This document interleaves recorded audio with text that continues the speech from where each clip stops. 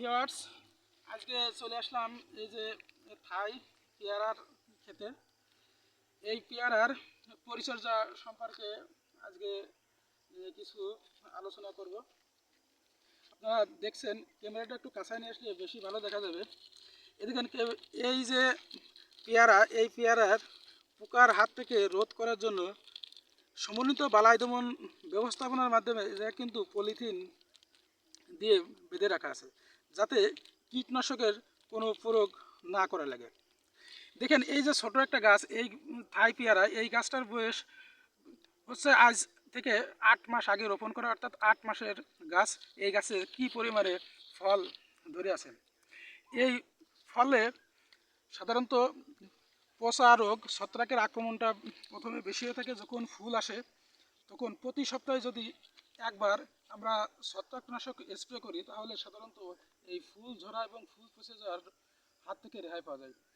তবে চাষি ভাইয়েরা, একটা বিষয় আমাদেরকে খেয়াল রাখতে হবে, যদি এই ফুলটাকে টিকিয়ে রাখতে হয় তাহলে আমাদেরকে একই গ্রুপের ছত্রাকনাশক বারবার প্রয়োগ করা যাবে না।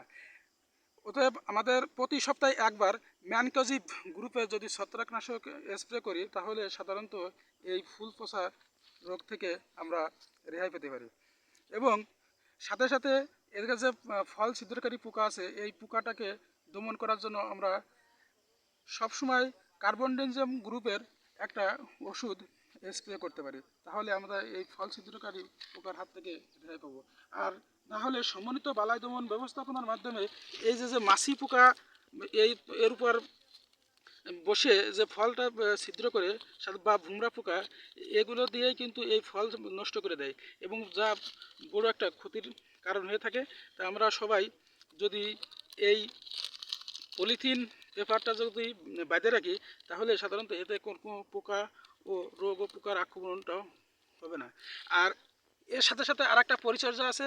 এই যে গাছ, এই গাছের যে নিচের ডাল আছে, এই ডালগুলো যদি আমরা ছাঁটাই করে দিই, তাহলে এই গাছটা কিন্তু দ্রুত বৃদ্ধি পাবে। অর্থাৎ এই গাছের গোড়ায় যে শক্তি আছে, এই শক্তিগুলো এই ডাল এবং পাতায় খেতে পারবে না, যার কারণে এই গাছটা কিন্তু আরও একটু ক্রমেই বৃদ্ধি পাবে।